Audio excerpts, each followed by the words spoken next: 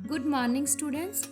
बच्चों अज असी ग्रामर का टॉपिक करांगे बिने पत्तर भाव अर्जी यानी कि जो फॉर्मल लैटर्स होंदे हन उन्हां बारे लिखना सीखांगे। यह टॉपिक तुहाडी ग्रामर दी बुक विच छेड़ ते दिता है।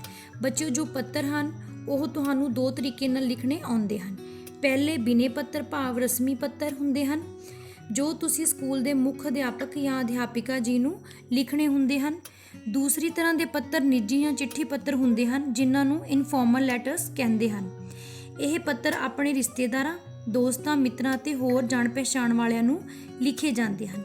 पर कई वार तुहानू अजिहे पत्तर भी आ जांदे हन जिस विच तुसी किसी सेहत अधिकारी नू, नगर निगम के अधिकारी नू, डाकिए की शिकायत संबंधी या होर कई तरह के वपारक पत्तर लिखने हुंदे हन जो तुसी अगलियां क्लासां विच करोगे।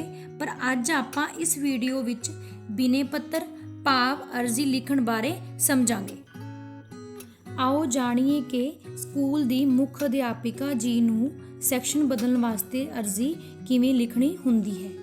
पहला सब तो उपर असी पेज दे खब्बे पासे मीनस लैफ्ट साइड लिखांगे सेवा विखे, कोमा यह हमेशा लैफ्ट साइड ही लिखिया जांदा है। फिर सेवा विखे दे नीचे थोड़ी जगह छड्ड के संबोधनी शब्द भाव जिस नू असी संबोधन या बेनती करते हाँ बारे लिखांगे। अगर स्कूल दे प्रिंसीपल मेल होण तां असी मुख अध्यापक जी लिखते हाँ, अगर फीमेल होवे तां असी मुख अध्यापिका जी लिखते हाँ। जिवें पत्तर विच दिता होएगा तुसी उसी तरह ही लिखोगे। बच्चों आपां मुख अध्यापिका जी नू अर्जी लिख रहे हाँ तां आपां मुख अध्यापिका जी ही लिखांगे। फिर उस तो नीचे मुख अध्यापिका जी दी सेध विच लिखांगे स्कूल दा नाम, महाराणा प्रताप पब्लिक स्कूल, ते उस दे नीचे आवेगा शहर दा नाम कुरुक्षेत्र, शहर दे नाम बाद डंडी आवेगी। फिर सेवा विखे दी बिल्कुल सेध विच तुसी लिखोगे श्रीमती जी। इत्थे मैं तुहानू एक गल होर दसना चाहांगी कि अगर अर्जी मुख अध्यापिका जी नू लिख रहे हाँ तां श्रीमती आवेगा, अगर मुख अध्यापक जी नू लिखनी है तां श्रीमान जी आवेगा। आपां मुख अध्यापिका जी नू लिख रहे हाँ तां आपां श्रीमती जी लिखांगे, कोमा उस तो बाद जिस विषय ते तुसी बेनती पत्र लिख रहे हो ओह विषा आवेगा अते विषा हमेशा बेनती शब्द तो शुरू हुंदा है। बेनती शब्द मुख अध्यापिका जी वाली लाइन दी सेध विच श्रीमती जी तो बाद थोड़ी जगह छड्ड के आवेगा। हुण असी विषा पढ़ांगे। विषा है बेनती यह है कि मैं आप जी दे स्कूल विच 6वीं जो भी तुहाडा सैक्शन ABCD है तुसी अपना सैक्शन लिखोगे। जमात दा विद्यार्थी हाँ। इत्थे एक गल होर याद रखनी है कि लड़के तां लिखणगे 6वीं जमात दा विद्यार्थी हाँ ते लड़कियां लिखणगियां दी विद्यार्थन हाँ। लड़कियां ने जो शब्द लिखने हैं उन्हां दी सहूलियत लई पहला ही मैं ओह शब्द रैड कलर विच लिखे हैं। रैड कलर दे शब्द केवल लड़कियां ही लिखणगियां। लड़के लाल रंग दे शब्दां नूं छड्ड के सेम उसी तरह लिखणगे जिवें मैं बाकी दा सारा विशा लिखिया है।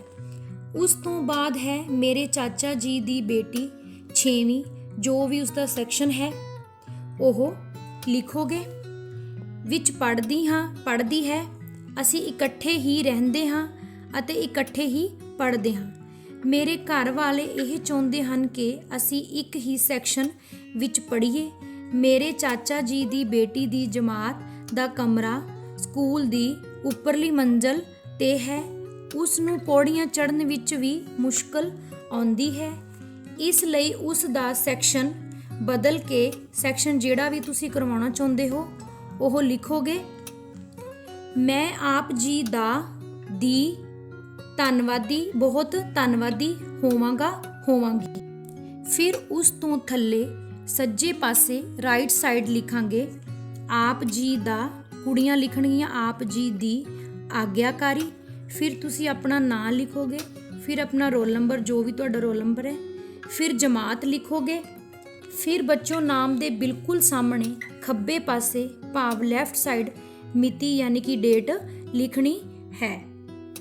ਬੱਚਿਓ, ਅਰਜੀ ਲਿਖਦੇ ਸਮੇਂ ਅਰਜੀ ਦਾ ਉੱਪਰਲਾ ਤੇ ਹੇਠਲਾ ਹਿੱਸਾ ਹਮੇਸ਼ਾ ਇੱਕੋ ਤਰ੍ਹਾਂ ਹੀ ਲਿਖਿਆ ਜਾਂਦਾ ਹੈ, ਜਿਵੇਂ ਮੈਂ ਤੁਹਾਨੂੰ ਇਸ ਅਰਜੀ ਵਿੱਚ ਲਿਖ ਕੇ ਦੱਸਿਆ ਹੈ। ਪਰ ਇਸ ਵਿੱਚ ਵਾਲਾ ਭਾਵ ਵਿਸ਼ਾ ਕੋਈ ਵੀ ਹੋ ਸਕਦਾ ਹੈ, ਜਿਸ ਵੀ ਵਿਸ਼ੇ ਤੇ ਤੁਸੀਂ ਲਿਖਣਾ ਹੈ। ਪਿਆਰੇ ਵਿਦਿਆਰਥੀਓ, ਤੁਸੀਂ ਇਸ ਅਰਜੀ ਨੂੰ ਆਪਣੀ ਫੇਅਰ ਨੋਟਬੁੱਕ ਵਿੱਚ ਲਿਖਣਾ ਹੈ ਅਤੇ ਯਾਦ ਵੀ ਕਰਨੀ ਹੈ। ਪਿਆਰੇ ਵਿਦਿਆਰਥੀਓ, ਇਸ ਵੀਡੀਓ ਵਿੱਚ ਜੋ ਅਰਜੀ ਤੁਹਾਨੂੰ ਸਮਝਾਈ ਗਈ ਹੈ, ਇਹ ਸਿਰਫ ਤੁਹਾਡੀ ਜਾਣਕਾਰੀ ਲਈ ਹੈ।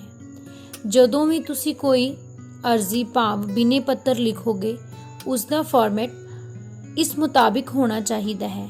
ਉਮੀਦ ਹੈ ਕਿ ਇਹ ਅਰਜੀ ਪੱਤਰ ਲਿਖਣ ਦਾ ਤਰੀਕਾ ਤੁਹਾਨੂੰ ਸਭ ਨੂੰ ਸਮਝ ਆ ਗਿਆ ਹੋਵੇਗਾ। ਇਸੇ ਤਰ੍ਹਾਂ ਹੀ ਤੁਸੀਂ ਆਪਣੇ ਸਿਲੇਬਸ ਵਿੱਚ ਦਿੱਤੀਆਂ ਅਰਜ਼ੀਆਂ ਪੱਤਰ ਲਿਖਣੇ ਤੇ ਯਾਦ ਕਰਨੇ ਹਨ। Thank you students.